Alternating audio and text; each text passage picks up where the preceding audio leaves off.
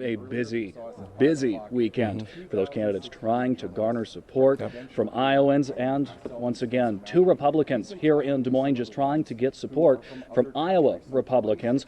Those two men, former U.S. Representative Joe Walsh and former Massachusetts Governor Bill Weld, trying to convince those middle-of-the-road Republicans to go out and caucus not for President Trump. When you're my age, we may have 3 or 4 viable parties in this country. Those two Republicans making a last-minute attempt to appeal to voters in downtown Des Moines. They're here just days after President Trump held a rally in Des Moines, which saw more than 7,000 supporters. Well, we're proudly creating jobs and killing terrorists. Congressional Democrats are consumed with partisan rage and obsessed with a deranged witch hunt hoax. Trump, according to the latest Gallup poll, holding an 88% approval rating among Republicans. To speak lightly about that, That still didn't keep Republican Joe Walsh from taking a verbal swing at the president. I think Donald Trump is a horrible human being.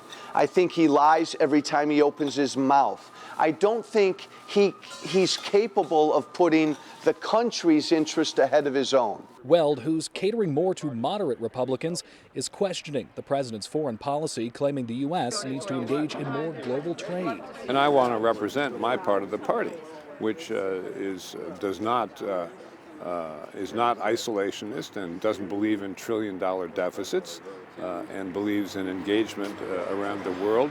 Can they beat President Trump? It's unlikely, but they say it's worth a shot. Still believe the things I believe in, but like seeing Donald Trump in the White House, I've kind of seen the light.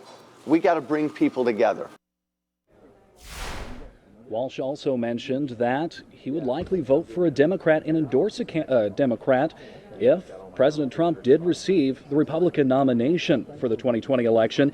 Now, Bill Weld, he didn't quite have a direct answer to that question, saying he didn't quite know yet, and it is somewhat unusual for an incumbent Republican president to run opposed.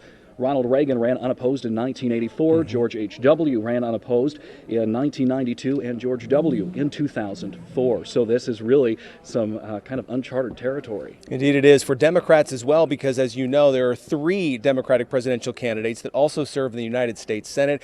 They left after their events today to head back to Washington, D.C. to finish the impeachment trial hearings. Those continue tomorrow in Washington, D.C., but they all promised they would be back here in Iowa tomorrow night as the results get tallied up. Yeah, which in that time that they're gone, that gives those candidates who are not tied up in Congress the time to be here in Iowa pushing for that one last voter. Yeah, because you'll talk to Tom Steyer tomorrow. I'll talk to Joe Biden tomorrow. That'll be part of our coverage coming up tomorrow night. For Colin Dorsey, I'm Matt Breen. We're live in Des Moines. Back to you. All right. Thank you, guys.